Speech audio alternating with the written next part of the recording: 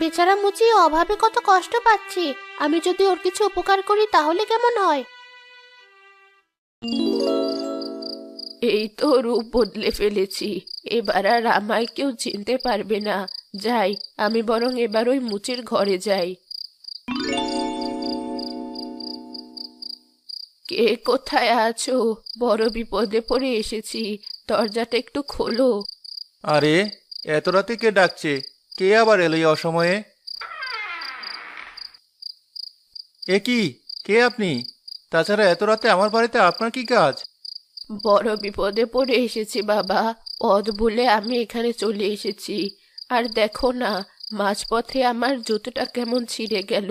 তুমি বলো, এই বুড়ো বয়সে এমন ছেঁড়া জুতো পরে কি করে হাঁটি? আরে তাই তো, জুতোটা তো একদম নষ্ট হয়ে গেছে।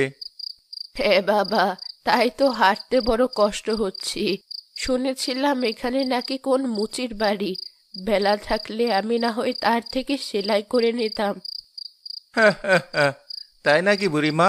তাহলে তো আপনি ঠিক জায়গাতেই এসেছেন। আমি সেই মুচি। ও মা, তাই নাকি? বাবা, আমার জুতো জোড়া সেলাই করে দাও না। আসলে বুড়িমা, আপনার জুতোর যা অবস্থা, এটা তো আর সেলাই করার মতো নেই। তেমন হলে আমি ঠিক সেলাই করে দিতাম। তাহলে কি বাকি রাস্তা আমাকে এভাবেই যেতে হবে? হায় কপাল! আপনাকে চিন্তা করতে হবে না বুড়িমা, আপনি একটু দাঁড়ান।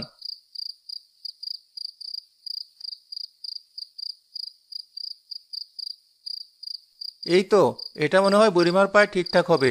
যাই, এটাই বরং তাকে দেই। এটা পরে দেখুন তো বুড়িমা, আসলে জুতোটা কিছুটা পুরন, তবে বেশ শক্তপোক্ত। না না বাবা, পুরনো হয়েছে তাতে কি? তুমি আমায় ভালোবেসে দিচ্ছ। এই যে দেখো, আমার পায়ে একদম ঠিক হয়েছে, পরেও বেশ আরাম পাচ্ছি। আসলে বুড়িমা, লোকেরা যখন তাদের নষ্ট জুতোগুলো ফেলে রেখে যায়, আমি সেগুলো কুড়িয়ে এনে আবার ঠিকঠাক করি। বাহ, সে তো খুব ভালো কাজ বাবা। তাহলে তুমি বরং আমার এই ছেঁড়া জুতো জোড়াও রেখে দাও, যদি তোমার কোনো কাজে আসে। না না বুড়িমা, এ দিয়ে আমার কোনো কাজ হবে না। রাখোই না, বলা তো যায় না কখন কি কাজে আসে। তাছাড়া এটা তুমি না হয় তোমার এই বুড়িমার আশীর্বাদ ভেবেই রাখো। আচ্ছা বুড়িমা, আমি রেখে দিচ্ছি। আপনি কিন্তু সাবধানে যাবেন।